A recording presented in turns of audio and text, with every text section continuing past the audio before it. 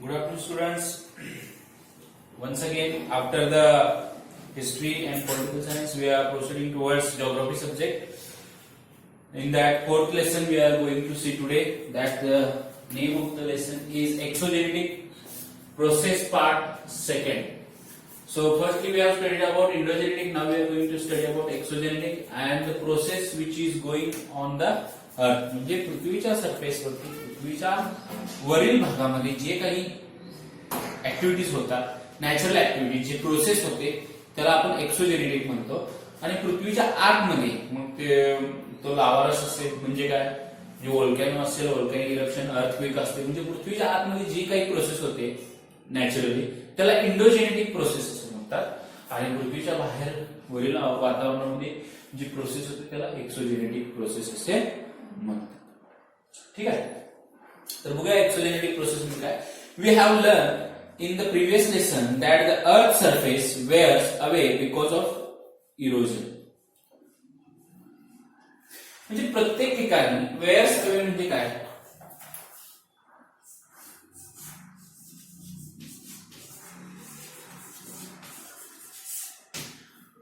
पृथ्वीचा वरचा जो भाग असतो तो सारखं काही ना काही कारणामुळे थोडंसं चेंज होत असतो बदलत असतो.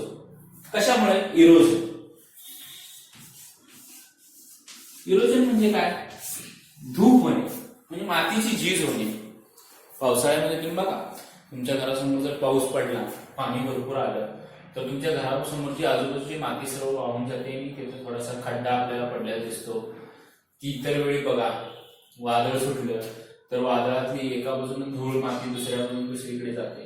कधी काही तुम्ही बघा जर नदीला पूर आलेला असेल तर पुराच्या वेळेस सुद्धा जे मोठ्या प्रमाणात पाणी वाहून येतं ते नदीच्या आजूबाजूचे कडेचे जे काठ असतात नदीचे किनारे असतात ते पूर्ण माती ती नदी सोबत वाहून घेऊन जाते.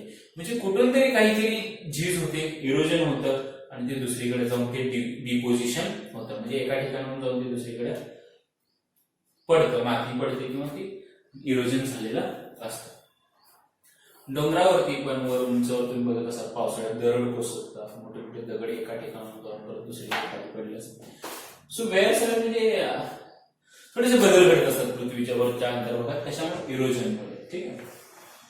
The eroded material gets carried away by agents. मग ते एजंट्स जे काही इरोडेड मटेरियल आहे जे काही झीज झालेलं मटेरियल आहे ते एजंट्सद्वारे एका ठिकाणाहून दुसऱ्या ठिकाणी जात असतात. आता एजंट्स कोणकोणते आहेत बघूया. एजंट्स खूप आहेत जे वाहून येणार आहेत. एजंट म्हणजे जो मधला माणूस जी मधली व्यक्ती आहे किंवा मधला घटक आहे. समजा माती आहे एरोडेड म्हणजे किंवा सँड असेल अर्थ सॉइल असेल किंवा प्लास्टिक असेल किंवा वूड असेल या सगळ्याला कोण घेऊन जातं तर बघा त्याचे एजंट्स कोण आहेत. पहिला आहे वॉटर पाण्याबरोबर माती वाहून जाते. दुसरा आहे सेकंड एअर हवेच्या द्वारे सुद्धा बघा तुम्ही वाळवंटात किती वाळू वाहून जाते एका ठिकाणी दुसऱ्या मोठमोठ्या वाळवंट डेझर्ट एअर झालं वॉटर एअर. अजून गॅसियस थिंग्स पण आहेत गॅस आहे. ठीक आहे. अजून वॉटरमध्ये जर आपण बघितलं तर तुम्ही आपण सेपरेट पार्ट करू शकतो. रिव्हर आहे. अजून सांगा सी आहे ओशन वॉटर आपण म्हणतो. अजून काय रेन वॉटर आहे रेन आपण लिहूया. अजून काय लिहिता येईल याच्यामध्ये. ठीक आहे. एअर मध्ये बघा थोडस ह्युमिड एअर आहे. ह्युमिड एअर म्हणजे काय तर जे दमट हवा असते त्याच्यामध्ये जास्तीत जास्त उष्माघात असतो त्याच्या परत त्याला थंड हवा लागली की परत पाऊस तयार होतो.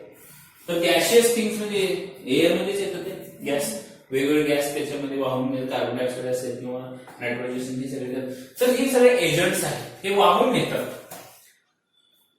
आणि ते वाहून नेल्यानंतर त्यांना कुठं ते सोडतात तिथे त्यांचं डिपोजिशन होतं. म्हणजे नदीमध्ये जी माती सर्व वाहून जाते ती समुद्राच्या किनाऱ्यावर जाऊन परत डिपोजिशन होते.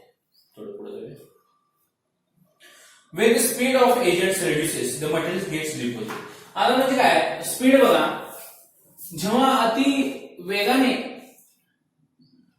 मटेरियल फ्लो होत असतं त्यावेळेस ती एका ठिकाणून दुसऱ्या ठिकाणी जातात. पण ज्यावेळेस स्पीड कमी होतं स्पीड कमी झाल्यानंतर ते मटेरियल त्या पूर्ण भागामध्ये डिपोजिशन म्हणजे तिथं ते थांबतात, ते डिपोजिशन त्या पोझिशनवरती ते स्टेबल होतं स्पीड कमी झाल्यानंतर. ठीक आहे, त्याची गती कमी झाल्यानंतर नदीचं पाणी त्याची गती कमी झाली तर ते त्या ठिकाणी पूर्ण जे काही मटेरियल त्याच्यामध्ये वाहून आलेलं आहे ते त्या एकाच ठिकाणी थांबणार. थोडंसं पुढे जाऊया आपण. The materials get deposited. The agents like running water. बघा एजंट सांगितले रनिंग वॉटर म्हणजे कुठली, रिव्हरची. ग्लेशियर्स, ग्लेशियर्स बर्फाळ प्रदेशातल्या नद्या. विंड वारा.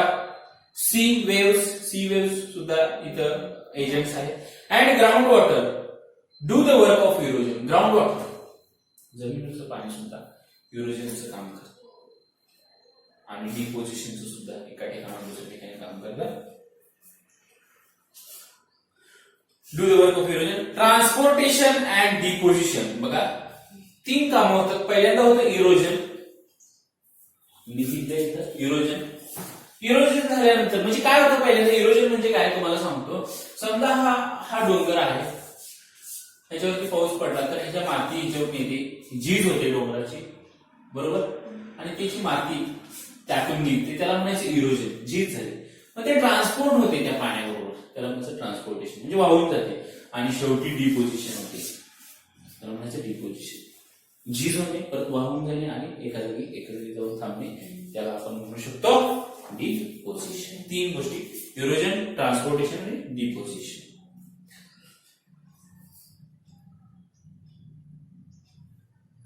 Because of the agents, the Earth's surface keeps on undergoing changes. A new landforms are formed. We will study some of these landforms in this lesson. मग ह्या सगळ्या erosion म्हणा, ह्या चेंजेस मुळे, ह्या ऍक्टिव्हिटीज मुळे पृथ्वीवरती काही वेगवेगळे लँडफॉर्म्स तयार होतात. ते सगळे लँडफॉर्म्स आपण आता ह्या लेसन मध्ये पाहणार आहोत.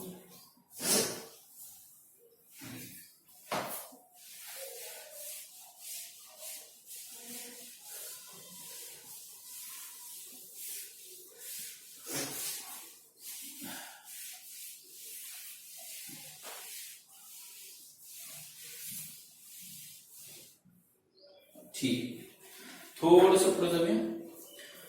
Work of rivers and landforms. आता आपण बघणार आहोत work of rivers and लँडफॉर्म्स.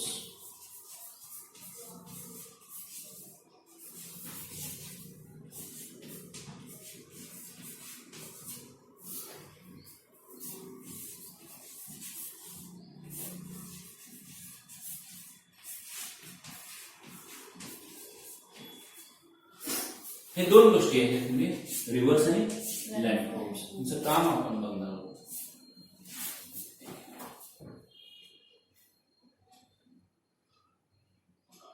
Geographical explanation बघतोय आपण. Running water flows naturally in the direction according to the gravity along the slope and makes its own way. पाणी, रनिंग वॉटर, वाहतं पाणी जिथं स्लोप असतो त्या स्लोपच्या नुसार वाहत असतं. आणि ग्रॅव्हिटी स्लोप म्हणजे ग्रॅव्हिटी फोर्स जिकडे जास्त आहे, म्हणजे वरती आपण डोंगरावर पाणी ओतलं तर वर जाणार आहे का? नाही. ग्रॅव्हिटेशनल फोर्स खालीच असणार. मी जर पाणी हातात घेऊन असं ओतलं तर वरती जाणार आहे का? ग्रॅव्हिटेशनल फोर्स खाली आहे, ते खाली जाणार. आणि दुसरी महत्वाची गोष्ट, त्याला स्लोप मिळाला, इथं ओतलं तर स्लोप पलीकडे काढलेला असेल की त्या बाजूने जाणार. म्हणजे डोंगरावरती पाणी ओतल्यानंतर ते अकॉर्डिंग टू स्लोप नुसार ते आपल्या इकडे फ्लो होत जाणार. Running water.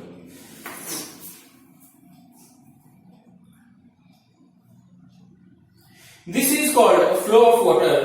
When many such flows of water came together, a river is formed. मग असे छोटे छोटे फ्लो एकत्र येतात आणि ह्याला एकत्र येऊन मिळतात हे छोटे छोटे flows, water flow.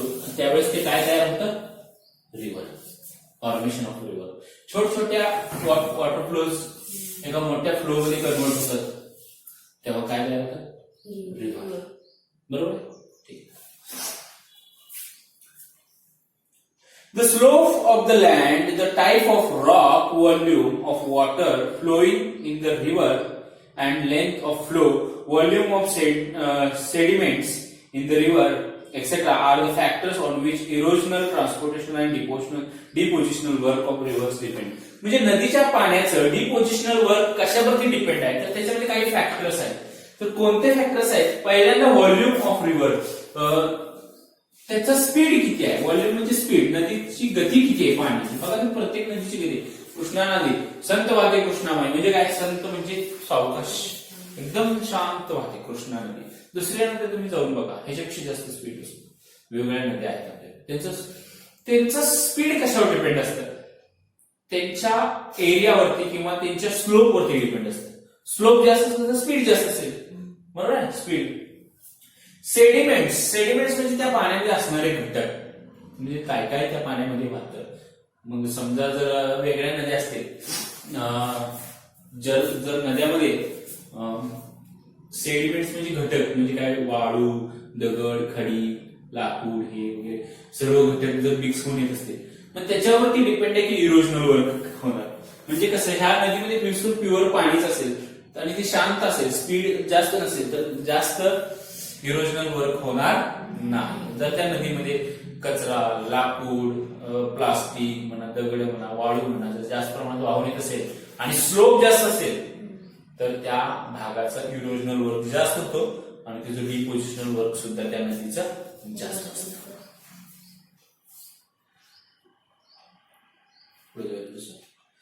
Erosional work of reverse. आता बघा point of erosional work of reverse.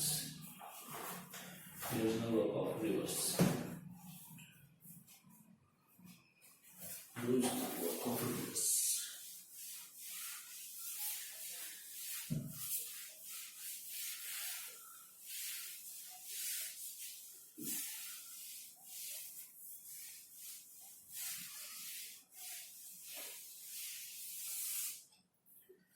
ठीक आहे, चला तर बघूया मग इरोजनल वर्क ऑफ रिव्हर्स.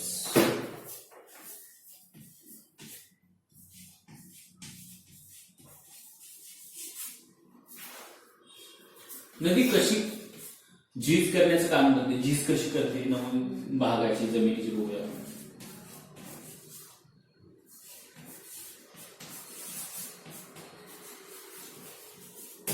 ठीक आहे, इरोजनल वर्क ऑफ रिव्हर्स बघूया. त्याच्यामध्ये पहिला पॉइंट आहे, the rivers originate at much higher altitude from the sea level. बघा, the river originate at much higher altitude from a sea level. समुद्र सपाटीपासून नदीची उंची कायम जास्त असते. ती आहे समुद्र सपाटी. समुद्र सपाटी म्हणजे काय, समुद्राची लेवल, हाईट. आणि कधी ह्याच्यापेक्षा नदीची उंची, नदीची पातळी हाईटला जास्त असते. नदी जी असते तिची फ्लो होत येते, त्याची हाईट जास्त असते. असं कधी होते का समुद्रातलं पाणी नदी वाटे डोंगरावर गेले का, नाही, उंचीवरूनच पाणी येतं म्हणून ते समुद्रात जाणार ना. म्हणजे स्लोप कोणीकडे आहे, समुद्राकडे. म्हणजे उंचीवरून नदी वाहत येते आणि ती समुद्रामध्ये मिक्स होते. म्हणजे कळालं का तुम्हाला, रिव्हर ही कधी पण उंच ठिकाणावरून स्लोपच्या ठिकाणाकडे ती वाहत असते, म्हणून ती समुद्राला जाऊन मिळते. म्हणजे असं का असतं, समुद्र उंचीवर असता तर समुद्रातलं पाणी नदीवर रिटर्न आलं असतं ना, मग परत ते डोंगरात तिकडे आपल्याकडे द्वारे खोऱ्यात सगळीकडे गेला असतं. पण तसं होत नाही, कारण नदी ही कधी पण समुद्र सपाटीपासून उंचीवर असते, from sea level if we count altitude.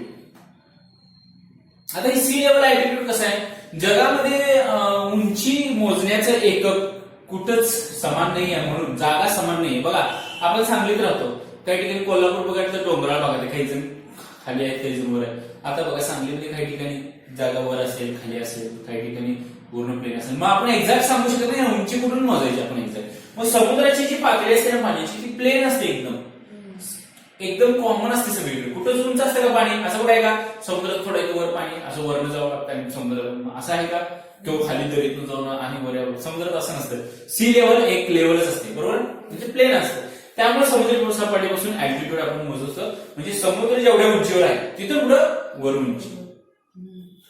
मग समजा तर समुद्र सपाटीपासून कधीही नद्या ह्या उंचीवरच्या लेवलवरून वाहत असतात, हाय टू लो या दिशेनं वाहत असतात. Here the river flows at great speed and therefore its power to erode is great. आणि जसजशी नदी स्लोप कडे वाहत असते ना, त्याचं स्पीड वाढत असतो. म्हणून इथं थोडं वरती गेलेलं आहे, आपण त्याला खाली घेऊ, म्हणून त्याचा काय होतं, इरोजन वाढत जातं. म्हणजे नदी जशी जशी स्लोपकडे जोरात वाहते तेव्हा खूप जोराने वाहते. मग इथे सर्व ठिकाणी गावे आहेत असं आपण समजू. इथे विलेजेस आहेत दोन्ही बाजूला, नदीच्या कडेला असतात बघा गाव, अशी विलेजेस असतात. मग ती वाहत वाहत वाहत येऊन शेवटी समुद्राला भेटते. ठीक आहे.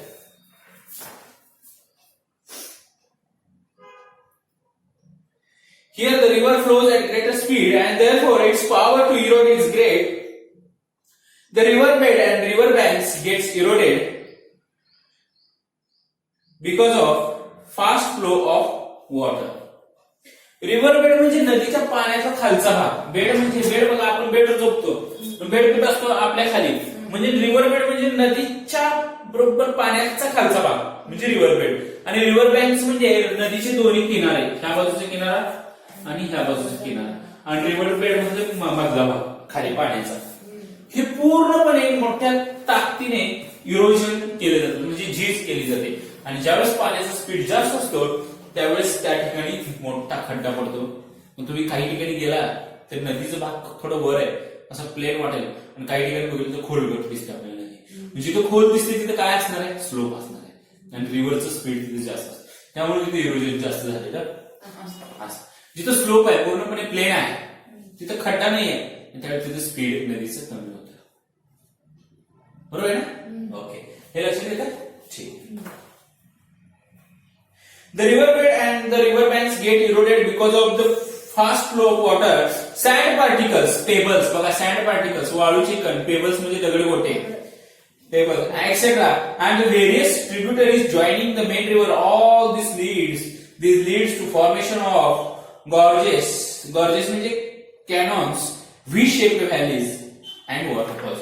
मग हे पेबल्स, दगड, धोंडे, वाळू यांच्यामुळे काय होतं, नदीचा गॉर्जेस तयार होतो. गॉर्जेस म्हणजे व्ही शेप व्हॅलीज. म्हणजे काय, नदी जेव्हा प्लेन मध्ये अशी वाहत असते असं असेल तर व्ही शेप व्हॅलीज, अशा व्हॅली तयार होतात. आणि हा डीप खोल असतो, हा भाग हा खोल असतो. आणि ह्यावेळेस ज्यावेळेस नदी तर प्लेन मध्ये असते, पुन्हा ह्यावेळेस काय होतं की जिथं स्पीड जास्त होईल त्या ठिकाणी खूपच डीप व्हॅली म्हणजे व्ही शेप व्हॅलीज तयार होतात, कारण स्पीड जास्त असतं. आणि अशा ठिकाणी नदीचं पात्र मोठं असतं आणि तिथं स्लोप कमी असला तर तिथं काही व्ही शेप व्हॅली तयार होत नाही, तिथं पाणी पूर्ण पसरलेलं असतं. आपल्याला वाटतं कधी कधी तलाव आहे का नदी आपल्याला लवकर समजत नाही, पण अरुंद भाग असेल, छोटा असेल, व्ही शेप व्हॅली असेल तर त्याच्यामधून पाणी खूप मोठ्या प्रमाणात वाहत जात असतं. ठीक आहे, इथपर्यंत समजलं बाळांनो?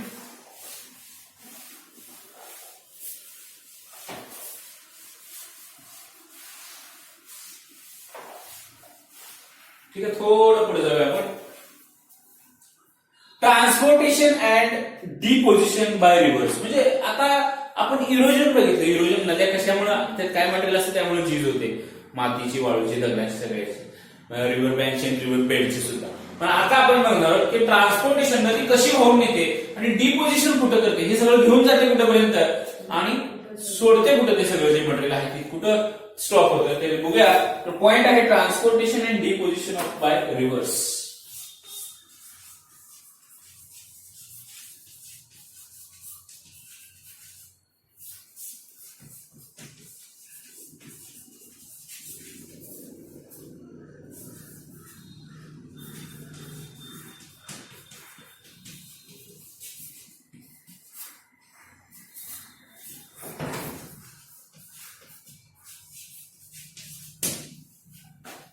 ठीक आहे, चला तर मग बघूया काय पॉइंट आहे.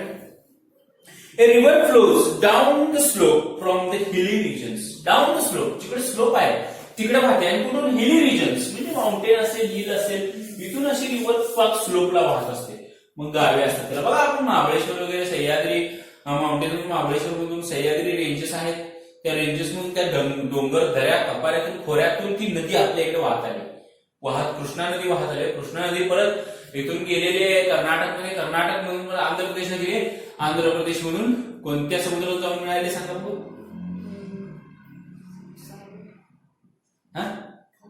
कोणत्या ओशियनला जाऊन मिळाले, कोणत्या समुद्राला जाऊन मिळाले?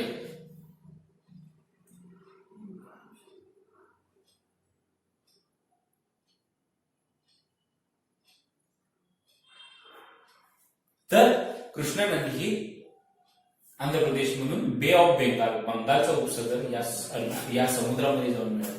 आणि इकडे जर तुम्ही वेस्टला गेलात, पश्चिमेकडे, तर बऱ्याचशा अशा नद्या आहेत त्या अरबी समुद्रामध्ये जाऊन मिळाल्या. अरेबियन सी आपण त्याला म्हणतो. म्हणून कृष्णा नदी आंध्र प्रदेशमधून बे ऑफ बेंगाल मध्ये गेलेली आहे. पुढे जाऊया आपण. A river flows down the slope from the hilly region at the foothills. At the change in the slope causes deposition of coarse sediments. बघा, स्लोप मध्ये चेंज झाला तर तिथे डिपोजिशनचं वर्क स्टार्ट होतं. समजा स्लोप असेल जास्त आणि तो कमी झाला, स्लोप कमी झाला तर तिथं रिव्हरचं थोडंसं डिपोजिशन होतं. As the steepness of the slope decreases and the transporting capacity of river reduces. बघा, जर स्लोप असेल तर ट्रान्सपोर्टेशन ग्रेट स्पीड मध्ये होतं, ग्रेट स्पीड मध्ये. पण स्लोपच कमी झाला आणि स्टीप म्हणजे एक सरळ मार्ग नदीला मिळाला, तर त्यावेळेस डिपोजिशनचं काम सुरू होतं आणि नदीचं स्पीड सुद्धा कमी होतं.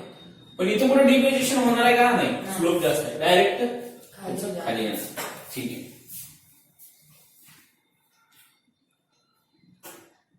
As these are deposited in a triangular shape, they form an alluvial fan. तर alluvial fan चं आपल्याला एक उदाहरण इथे पिक्चर आपल्याला दाखवलेला आहे. तर कसा होतो तयार? ट्रायंग्युलर शेप समजा इथे नदी आहे आणि इथे स्लोप कमी झाला, तर अशा प्रकारे नदी त्याचे सगळे सेंटिमेंट्स असतात ना, ते इथं स्टॉप होतात आणि डिपोजिशन होतात ट्रायंग्युलर शेप मध्ये, असे वेगवेगळ्या प्रकारचे. तर हे जे त्याच्यावर जे पार्टिकल्स वाहून येतात ते एका बाजूला इथे थांबतात, नदीचं पाणी समोर आहे तसं जातं. ठीक आहे. त्या अशा प्रकारचं बऱ्यापैकी आपल्याला पाहायला मिळत असतं. As the steepness the slope decreases and the transporting capacity of a river reduces. बघा, जसं स्लोप कमी झाला आणि स्टीपनेस वाढला तर ट्रान्सपोर्टिंग कॅपॅसिटी कमी होते आणि तिचं वॉटरमध्ये जे काही मटेरियल आहे ते तिथं डिपोजिशन व्हायला चालू होतं. It start flowing slowly, it bends, meanders often in just way in the effort to cross even small obstacles. By the time river reaches the sea, its riverbed becomes very wide and its spread becomes very slow. Its speed becomes very slow. The sediments of river get deposited in its bed on its banks. The factors that determine the deposition of sediments are the length of the river's volume of the water, amount of sediments and the slope of the river and the earth surface. Earth surface जसा पृथ्वीचा भाग आहे तसं. म्हणजे काय, पाणी जसं वाहत जातं आणि जर त्याला स्टीपनेस मिळाला तर तिथे सेंटिमेंट्स ते डिपोजिशन व्हायला चालू होतात. आणि जर असं होत गेलं तर त्या नदीचा एरिया वाढत जातो. The bank of river is getting spread. If slope is here, there will be no large bank of that river. But if steepness is there, steepness सपाट भाग असेल तर मग नदीचा पूर्ण भाग दोन्हीकडेचे किनारे मोठे पसरलेले असतात आणि असं हे पूर्ण समुद्रापर्यंत होत जातं. जोपर्यंत नदी समुद्राला मिळते तोपर्यंत समजा स्टीपनेस असेल तर पूर्ण भागामध्ये ती नदी पसरते आणि असा जर तीव्र स्लोप असेल तर मग ते नदीला तिथं बँक्स, नदीचे रिव्हर बँक जे असतात दोन्ही बाजूचे किनारे ते जास्त मोठे नसतात, ते अरुंद असतात, छोटे असतात आणि नदी ही व्ही शेप व्हॅली मध्ये वाहते. लक्षात येत आहे? पण इथं कुठे व्ही शेप व्हॅली होणार नाही. Thus, landforms like floodplains and deltas are formed because of a deposition of sediments. आणि जिथे जिथे डिपोजिशन ऑफ सेंटिमेंट्स तयार होतं तिथं काय होतं बघा, तर फ्लड प्लेन्स किंवा फ्लड लीव्ह म्हणजे असे काही भाग तयार होतात, पूर सदृश्य परिस्थिती. अशा भागामध्ये पूर येतो जास्त नद्यांचा. बघा, नदीचं पुराचं पाणी पहिल्यांदा कुठे येतं की ज्या भागामध्ये नदीला स्टीपनेस आहे, स्लोप जास्त असेल तर पाणी तिथे येतच नाही, स्पीड मध्ये वाहून जातात. पण नदी पसरलेली आहे, नदीचे किनारे पसरट आहे, स्टीपनेस नाही आहे, स्लोपच नाही आहे, सॉरी स्टीपनेस आहे, स्लोप नाही. स्टीपनेस म्हणजे एकदम उतार नाहीये, त्याला अगदी प्लेन आहे पूर्ण, तर त्या प्लेन मधून नदीचं पाणी बाहेर येतं आणि जर स्लोप असेल तर स्लोप मध्ये स्पीड मध्ये वाहून जातं. बरोबर आहे. अशा प्रकारचं हे छोटंसं कॅल्क्युलेशन आहे की जिथं काही स्टिफनेस आहे नदीला त्या ठिकाणी नदीचं पाणी त्या पात्रातून बाहेर येतं आणि त्या ठिकाणी पुराची परिस्थिती तयार होते. मी सांगले जर तुम्ही बघितला तर नदी जिथं पूर्ण पसरलेली आहे त्या पसरलेल्या ठिकाणी जिथं रिव्हर बेड डीप नाही आहे तिथून पाणी बाहेर येतं आणि जिथं स्टिफनेस आहे उतार आहे त्या जिथं स्लोप आहे उतार म्हणतो आपण त्याला मराठीमध्ये त्या भागात नदीचं पाणी खूपच जोराने वाहून जातं. ठीक आहे. इथपर्यंत आपण बघितलं. तुम्ही बघा फिगर नंबर 4.1 आणि याच्यावर तुम्हाला समजेल की काय नद्यामुळे काय काय तयार होतं. फ्लड ड्यूज आणि फ्लड प्लेन्स पण तुम्ही बघू शकता. तर आपण पुढचा पॉईंट आता बघायला जाणार थोड्याच वेळात. Try to understand the formation of landforms like gorges, V shape valleys, waterfalls, alluvial fans, meanders, flood levees, flood plains and deltas with the help of teacher. म्हणजे माझ्याबरोबर तुम्ही बघू शकता, समजून घ्यायचा प्रयत्न करायचा आहे आणि सर्व आकृत्या सर्व पिक्चर्स तुम्हाला दाखवले. पेज नंबर 31, पेज नंबर 30 आणि बघून तुम्ही ऑब्झर्व करून मला काही डाऊट असेल तर नक्कीच विचारा. आपण पुढचा पॉईंट बघणार थोड्या वेळात. Work of glaciers and land. मित्रांनो आपण रिव्हरचं बघितलंय. रिव्हरचा विषय संपला. पुढे जाऊया work of glaciers and lands.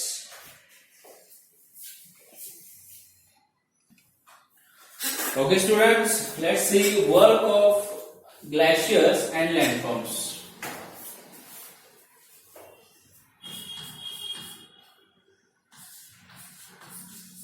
Work of glaciers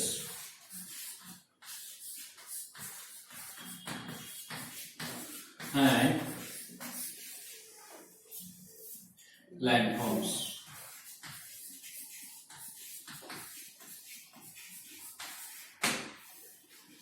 ठीक आहे. याच्यामध्ये थोडंसं बघूया आपण डिटेल मध्ये. In regions where the temperatures are generally below freezing point. Freezing point म्हणजे ज्या पॉइंटला बर्फ होतो पाण्याचा त्या फ्रीजिंग पॉइंट पेक्षा खाली जर टेम्परेचर असेल तिथं precipitation is the form of snowfall. Precipitation म्हणजे एक नॅचरल प्रोसेस आहे water converting into the another form. So इथं पाण्याचा किंवा हवेतील जे पाणी असतं ह्युमिडिटी त्याचा बर्फ होतो. Layers of snow accumulate on the earth surface because of snowfall. म्हणजे छोटे छोटे बर्फ पडतात. लहान बर्फाचे जे स्नोफॉल आपण म्हणतो बर्फ पडण्याची जी प्रोसेस आहे ती पृथ्वीच्या अर्थच्या सरफेसवरती जमा होते. The heavy weight of these overlying layers makes a snow move along the slope. आणि हेवी लेयर्स जे लेयर्स असतात ते एकावर एक बर्फ पडून ज्याची लेयर तयार होते बर्फाची तो जो बर्फ आहे स्नोफॉल मुळे तयार झालेला तो स्लोपच्या दिशेने फ्लो होतो. At the base of the layer, the snow starts melting because of the friction and the pressure of above. म्हणजे काय एक सिंपल उदाहरण मी तुम्हाला देतो. आता हे आपल्याकडे चॉक आहे. तर हा चॉक ह्या चॉकवरती जर आपण रफ केला किंवा हा फ्रिक्शन मध्ये आपण बघाल की जो खालचा भाग आहे दोन्ही ह्या बर्फाचा आपण कन्सिडर की हा बर्फ आहे याचा जो खालचा भाग आहे फ्रिक्शनमुळे हा बर्फ वितळण्यास सुरुवात होतो. मेल्टिंग म्हणजे काय वितळणे आणि तो बर्फ वितळतो आणि त्याचं पाण्यामध्ये रूपांतर होऊ लागतं. At the base of layer the snow starts melting because of the friction and pressure from above. म्हणजे वरचं जे बर्फाचं प्रेशर असतं आणि खाली फ्रिक्शन पण होत असते घर्षण होत असतं त्याच्यामुळे ते बर्फ खालचा वितळण्यास सुरुवात होते. Glacier starts moving slowly along the slope. आणि ते जे बर्फ असतो जे मोठे मोठे बर्फाचे तुकडे जे बर्फ घट्ट एकावर एक लेअर बनले असते ते स्लोपच्या दिशेने म्हणजे खालच्या दिशेने जसं स्लोप मिळेल त्या दिशेने ते वाहू लागतात ते जाऊ लागतात खाली. Like the river glaciers to carries out work of erosion transportation and deposition. Same जशी रिव्हर काम करते डिपोजिशन इरोजन ट्रान्सपोर्टेशन डिपोजिशन म्हणजे काय झीज करणे झीज झाल्यानंतर ती वाहून नेणे आणि वाहून झाल्यानंतर एका ठिकाणी ती स्थिरावणे हे जे काम आहे ग्लेशियर सुद्धा सेमच करते. Erosion work of glaciers by the glaciers. बघा इरोजन ती झीज कशी करते बघा. Though its velocity is less. आणि जी ग्लेशियर्स असतात ग्लेशियर्स त्याची व्हेलोसिटी म्हणजे बघा व्हेलोसिटी म्हणजे स्पीड. व्हेलोसिटी म्हणजे काय speed of glacier is less if we compare to the river. खूपच कमी असते. ग्लेशियरचं स्पीड फार कमी असते. अगदी स्लोली ते घसरत वाहत खाली जात असतात. फ्रिक्शन होत असतं आणि त्याचं मेल्टिंग होत असतं, म्हणजे पाणी होत असतं. नदीचं असं नसतं. नदीमध्ये प्युअर पाणीच असल्यामुळे ते खूप स्पीडने स्लोपशन होतं. पण ग्लेशियर तसं जात नाही, कारण त्याच्यामध्ये बर्फ असतो, त्यामुळे त्याचं फ्रिक्शन होत असल्यामुळे त्याचं स्पीड फार कमी असतं. Though its velocity is less, the mass of the ice is more, and hence the glacier erodes its own banks and its bed on large scale. पण ग्लेशियर जरी स्पीड कमी असलं, त्याच्यामध्ये मास ऑफ आईस म्हणजे मोठ्या प्रमाणात बर्फ असतो. त्यामुळे बर्फ काय करतो, त्याचा रिव्हर बेड जो आहे, म्हणजे त्याचा ग्लेशियर बेड जो आहे खालचा भाग तो, आणि त्याचा जो किनारा आहे, कड, दोन्ही बाजूचे रिव्हर ग्लेशियर बँक्स, ह्याचे मोठ्या प्रमाणात इरोजन ते करतं. कारण त्याच्यामध्ये बर्फ असतो, आणि बर्फ काय करतो, खालचा भाग म्हणजे बेड, ग्लेशियर्स रिव्हर बेड, आणि हा जो ग्लेशियर बँक्स आहे, त्या दोन्ही बाजूचं जास्तीत जास्त इरोजन ग्लेशियर्स करतो. कारण त्याच्यामध्ये एक स्ट्रॉंग थिंग आहे म्हणजे बर्फ, आईस, त्याच्यामुळे ते फ्रिक्शन जास्त होतं. कारण सॉलिड थिंग्स दुसऱ्या सॉलिड थिंग्स वर असल्यानंतर, फ्रिक्शन झाल्यानंतर त्याचे जास्त प्रमाणात इरोजन होतं. पाण्याचं कसं नाही, पाणी लिक्विड आहे आणि रिव्हर बँक्स आणि रिव्हर बेड सॉलिड असतात, बरोबर. त्यामुळे ते जास्त फ्रिक्शन होत नाही. ह्याच्यामध्ये दोन्ही पण सॉलिड असल्यामुळे जास्त फ्रिक्शन होत असते. The erosional work of glacier produced landforms like cirques, arcs, horns, U-shaped valleys, hanging valleys, and roche mountains or shipbacks. Transportation and deposition by the glacier. आता आपण पुढचा भाग बघणार आहोत, ट्रान्सपोर्टेशन अँड डिपोजिशन. आता बघितलं इरोजन, ओके. इरोजन झाल्यानंतर transportation and deposition of the glaciers.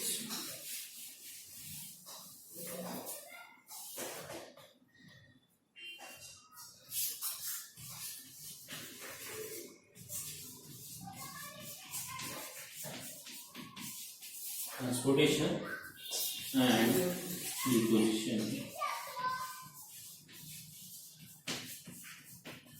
Deposition of the glaciers.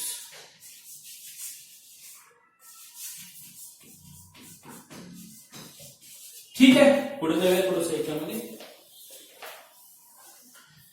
The glaciers carry sediments with them. These sediments are called moraines. Moraines means sediments. वाहून जातात, त्याला moraines असं म्हटलेलं जातं. Depending on the location of the deposit, moraines can be divided into 4 types: ground moraines, lateral moraines, medial moraines, and terminal moraines. Observe figure number 4.2. The depositional work of glacier produced landforms like drumlins and eskers etcetera. Eskers and drumlins तुम्ही बघू शकता, हे वेगळ्या पद्धतीने deposition करतं, आणि त्याचे 4 प्रकार होतात. जे सेडिमेंट्स असतात त्याचे 4 प्रकार होतात, त्याला आपण मोरानीज म्हणतो. 4 प्रकार कोणते? Ground moraines, lateral moraines, medial moraines and terminal moraines. Try to understand the various landforms produced by the work of glaciers with the help of your teacher. म्हणजे शिक्षकांच्या मदतीने, म्हणजे माझ्यासोबत, माझ्या मदतीने तुम्ही नक्कीच जाणून घेऊ शकता की वेगवेगळ्या प्रकारचे लँडफॉर्म्स कसे तयार झालेले आहेत. पेज नंबर तुम्ही बघू शकता 32. U shaped valley, hanging valley आहे, lateral and medial moraines and drumlins and roche moutonnees सुद्धा तुम्ही पाहू शकता. आता थोडासा पुढचा महत्वाचा भाग आपण बघूया, work of wind and landforms produce. म्हणजे आता आपण बघितलं मगाशी की ग्लेशियर, वर्क ऑफ ग्लेशियर आणि प्रोड्यूस ऑफ लँडफॉर्म. पहिल्यांदा परत आधी work of river, erosion, deposition, transportation and deposition. River झालं, ग्लेशियर झालं. आता आपण जाणार आहोत next point, wind. Wind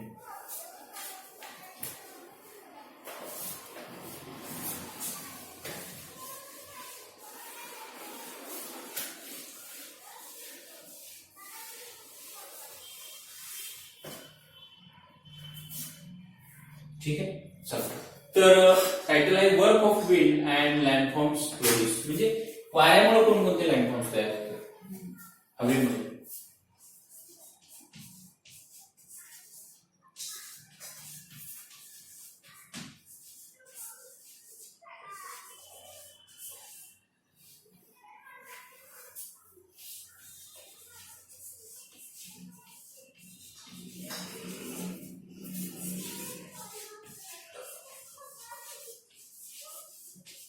produce म्हणजे काय, तयार होणे.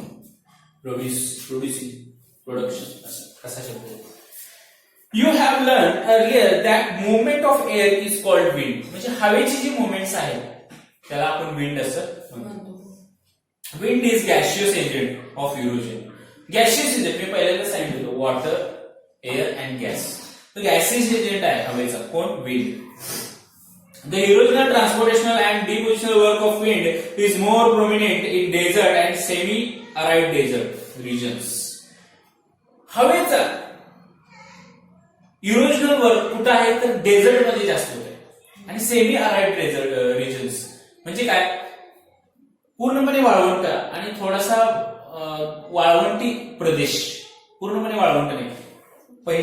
पहिला म्हणजे पूर्णपणे डेझर्ट असतो, टोटल वाळू असते सगळीकडे तो, आणि थोडासा भाग असतो की थोडं वाळवंट आहे, दगड आहे, वाळू आहे आणि झाडं थोडी छोटी छोटी आहेत, तिथे सुद्धा हवेचा जास्त परिणाम होतो. कशासाठी तर इरोजन या फॅक्टरसाठी. The mechanical weathering occurs on large scale here. Powder rock and sand spreads over a large area. Mechanical weathering म्हणजे एक जसं आपण पहिल्या 2 लेसन मध्ये बघितलं, मेकॅनिकल वेदरिंग मध्ये पाऊस पडतो, ते दगड चिरतात, ते फुटतात आणि त्याची परत माती होते. हे मेकॅनिकल वेदरिंग आपण बघितलं. केमिकल असले त्या पाण्यामध्ये जे केमिकल असतं त्याच्यामुळे ते रिएक्शन झालं तर ते दगड फुटतात आणि ते परत त्याची माती होते. तसं इथं पावडर रॉक्स म्हणजे खडकाची पूर्ण माती झालेली असते आणि ती माती एका ठिकाणी दुसऱ्या ठिकाणी जात असते. There is hardly any obstacle in the transportation work of a wind. वाऱ्याच्या रस्त्यामध्ये किंवा वे मध्ये, in the way of wind hardly there is any one obstacle, otherwise there is no obstacle. नदीला कसं भरपूर अडथळे आहेत, कोणी अडवते सगळं, ग्लेशियरला सुद्धा सगळे अडथळे आहेत, पण वाऱ्याला एकदा का वाळू वाहून यायला लागली तर कुठलाच अडथळा येत नाही. मध्ये काही नसतंच, डेझर्ट मध्ये शक्यतो काही नसतंच. हार्डली म्हणजे क्वचित एखादं झाड असेल, वाळवंटात बघा तुम्ही दूर दूरपर्यंत नुसतं वाळूच दिसते, काही असतं काही नाही. वाळू एकदा वाहून चालली मग ते वाऱ्यावर वाहूनच जाते दूरपर्यंत असं. There is hardly any obstacle in the transportational work of wind.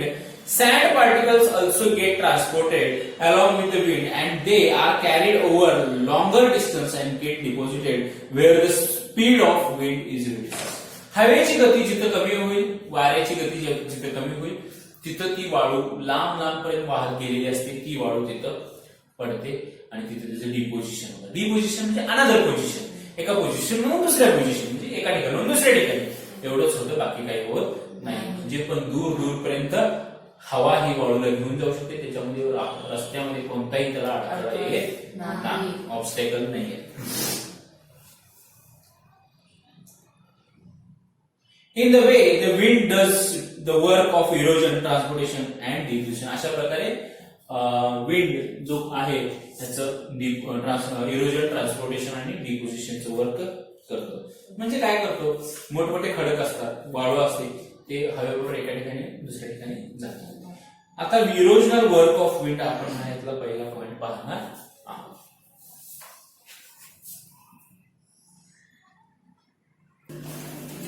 So here we are going to see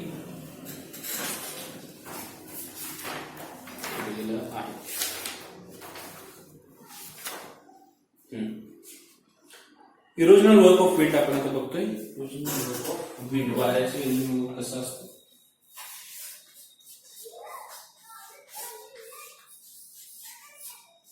erosional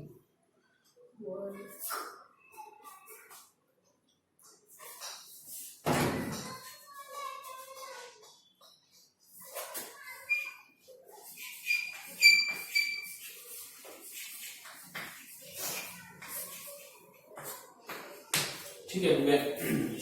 Wind carries small sand particles, small pebbles, etc. along with it. These particles cause erosion along the rocks coming in the way of the friction.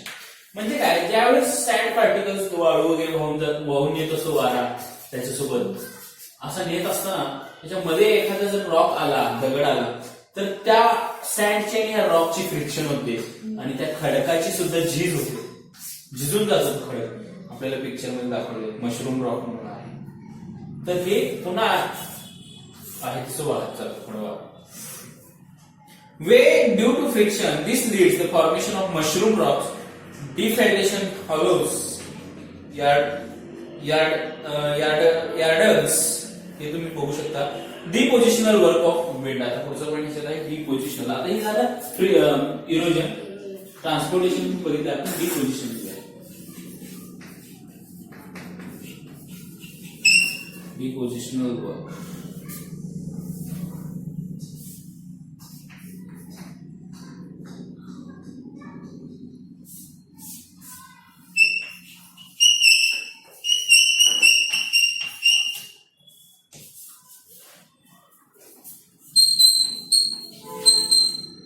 ठीक आहे. तर याच्यामध्ये बघा, sand particles that blow with the wind are the different shape and sizes. Those particles which are very fine are carried over larger distance, while the larger ones gets transported a shorter distance only. म्हणजे जे हलके वाळूचे कण असतात, दगड असतात, ते लांब पर्यंत, दूर पर्यंत ते जातात वाऱ्यासोबत वाहून. आणि जे जड असतात, जे वजनाला जास्त असतात, असे दगड, जे पार्टिकल्स असतात, सँड पार्टिकल्स किंवा पेबल्स, ते जास्त दूर पर्यंत जाऊ शकत नाही. The sand particles get deposited in desert and semi-arid climates. As a result, specific landforms are formed. Sand dunes, branches, sieves, ripple marks, loess, plains, etc. are formed by the wind deposition. You can see the page number 35 for more reference. Page number 35 तुम्ही पाहू शकता. पुढचा आहे work of sea waves and landforms. Work of sea waves and landforms. पुढचा point आपण आता पाहणार आहोत. Work of sea waves and लँडफॉर्म्स.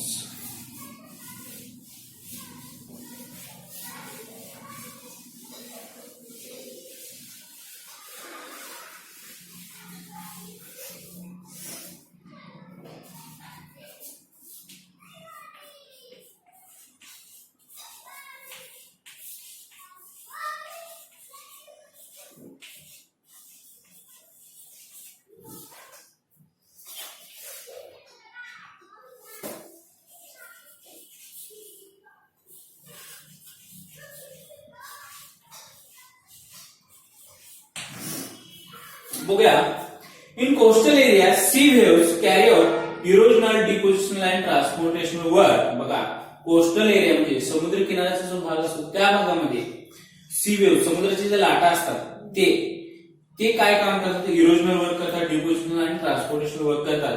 Winds and tides cause the movements of sea water. Winds and tides, वारा, टाइड्स आणि लाटा मोठ्या, ह्या दोन्हीमुळे समुद्राची मुवमेंट होते. Movement of sea water. Sea वॉटरची मुवमेंट ह्या दोन्हीमुळे होते. And as a result, waves came to the coast because of their hitting the rocks and the coast erosion of rocks occur. आणि समुद्राच्या लाटा ज्या मोठ्या प्रमाणात समुद्राच्या किनाऱ्यावर येऊन आदळतात, जोरात बडवतात, त्याच्यामुळे समुद्र किनाऱ्यावरती खडक वगैरे त्याची झीज होते. ते दगड कधी काही वेळ फुटतात, त्याची झीज होते आणि हे इरोजनल वर्क आपल्याला पाहायला मिळतं. In coastal areas having wide beaches, waves carry out depositional work. बघा, आणि कोस्टल एरियामध्ये, कोस्टल म्हणजे किनाऱ्यावर, समुद्र किनाऱ्यावर तुम्ही बघू शकता मोठ्या प्रमाणात जे मोठमोठे बीचेस असतात आणि तिथं पाणी असतं असं समुद्राचं. तर ही मोठमोठे बीचेस जे असतात, हा भाग, हे कशामुळे झालेलं असतं? तर डिपोजिशनल वर्क ऑफ टाइड्स और वेव्स. समुद्राच्या लाटामुळे हे मोठे किनारे तयार झाले असतात, कारण काहीतरी पार्टिकल्स आणून ते परत समुद्र किनाऱ्यावरती डिपोजिशन केलेले असतं. तर पुढचा पॉइंट आपण बघतोय आता आहे ह्याच्यामध्ये की पॉइंट आहे depositional work of sea waves. The eroded material accumulate at the seabed because of tides. They keep on moving forward the coast and away from the coast. They become fine because of the attrition and hitting each other. Deposition of such materials occur at the place where the effects of wave is less. Landforms like the beaches, sandbars, lagoons are formed and depositional work of a sea wave. So काय बघतोय आपण की समुद्रामध्ये जे काही वाळू कण वगैरे समुद्राची सी बेडची जे वाळू वगैरे असते खडे असतात ती समुद्र किनाऱ्यावर आणून फेकले जातात आणि त्यामुळे इरोजन वर्क आणि डिपोजिशन वर्क आपण बघू शकतो. पेज नंबर 37 तुम्ही बघू शकता. लॅगून्स आहेत, सी क्लिफ आहेत, वेव कट प्लॅटफॉर्म आहे, बीच आहे, सी आर्च आहे, सी बार आहे. तुम्ही पुन्हा परत तुम्हाला वेळ मिळाल्यानंतर तुम्ही पाहू शकता. आता लास्ट पॉइंट आहे याच्यामध्ये इथं आपला आपण बघणार आहोत. त्याच्यानंतर आपला लेसन इथं संपतोय. तर थोडक्यात बघूया work of ground water and landform produced. Work of ground water, जे ग्राउंड वॉटर आहे जमिनीचं पाणी विहिरीमध्ये असतं, बोरवेल्स मध्ये असतं, तुम्ही माहिती तुम्हाला लेक्स मध्ये असतं, तलावामध्ये, तेच आता आपण बघणार आहोत. तर त्याला टायटल आहे work of ground water and landform produced.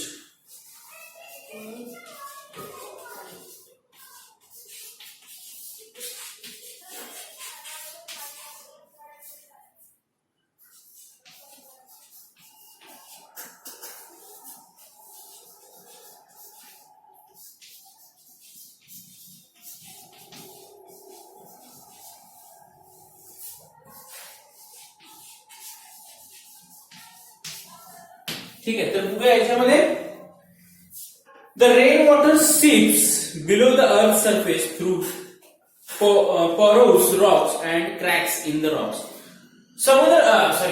पावसाचं पाणी जमिनीमध्ये मुरतं, जमिनीमध्ये खाली जातं. ते कुठून जातं तर काही भेगामधून, काही चिरामधून आणि काही दगडांच्या मध्ये चिरा असतात, भेगा असतात, त्याच्यामधून ते पाणी जमिनीत पृथ्वीच्या अंतर्भागात जातं. This water accumulates in the non-porous layer of the rock. This accumulated water is called groundwater. The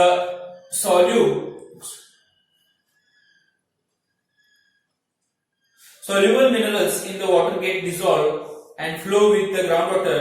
This is erosional work of groundwater. बघा, त्या खडकामध्ये जे मिनरल्स असतात, क्षार असतात, ते मिनरल्स त्या पाण्यामध्ये मिक्स होतात. पावसाच्या पाण्यामध्ये जेव्हा जमिनीमध्ये ते पावसाचं पाणी जातं तेव्हा, आणि त्या पाण्यासोबत ते मिनरल्स वाहून जातात. त्याला म्हणायचं erosion of ground water. This is the erosional work of ground water. When the ground water evaporates the volume of soluble minerals is more than the solubility of the groundwater. The deposition of dissolved material starts. Landforms like sinkholes, limestone, caves, stalactites and the stalagmites are formed. तुम्ही picture मध्ये बघू शकता. Sinkhole म्हणजे काय, समुद्राच्या पाण्यात, समुद्राचं येतं पुन्हा, समुद्र नाही, नदी पण नाही, पावसाचं पाणी जमिनीत मुरतात, त्या पाणी मुरलेल्या पाण्यात जमिनीतले जे क्षार मिक्स होऊन वाहून जातात आणि ज्या वेळेस त्या पाण्याची वाफ होण्यास सुरुवात होते त्यावेळेस त्या पाण्यातून राहिलेले घटक जे मिनरल्स आहेत त्या ठिकाणी राहतात. त्याला म्हणतात depositional work of ground water. आणि ते पाणी त्याची इव्हॅपोरेशन म्हणजे त्याची वाफ होऊन हवेमध्ये निघून जाते. ठीक आहे. इथं आपला lesson third, the ground water carries out the erosion, transportation and depositional work. Ground water table तुम्हाला खाली दिलेला आहे, नक्कीच तुम्ही पहा. काही पिक्चर सुद्धा तुम्हाला दिले, सिंकहोल अँड स्टॅटिस्टाइट अँड स्टॅलेग्माइट अँड केव, ह्याचे तुम्हाला पिक्चर दिले. नक्कीच तुम्हाला तिथं समजून येईल की कशा प्रकारे इरोजन ऑफ ग्राउंड वॉटर घडतं आणि शेवटी फॉर्मेशन लँडफॉर्म्स आर प्रोड्यूस. लँडफॉर्म सुद्धा तिथे केव्ज वगैरे आपल्याला दिलेले आहेत, ते तुम्ही पाहू शकता. आणि इथं आज आपला हा लेसन संपतोय. नेक्स्ट लेसन मध्ये जस्ट आपण थोडंसं क्वेश्चन आन्सर वरती लक्ष घालणार आहोत आणि त्यानंतर आपण पुढचा जो लेसन आहे फिफ्थ, प्रेसिपिटेशन, त्याकडे आपण वळणार आहोत. त्या लेसनच्या दिशेने आपण जाणार आहोत. तोपर्यंत काही अडचण असेल नक्कीच तुम्ही मला कमेंट बॉक्समध्ये विचारा, नक्कीच तुम्ही मला कॉन्टॅक्ट करा, नक्कीच काही अडचण असेल मी तुमचे प्रश्न सोडवण्याचा प्रयत्न करेन. तोपर्यंत आज इथंच थांबूया. ठीक आहे. Thank you. Thanks a lot everyone.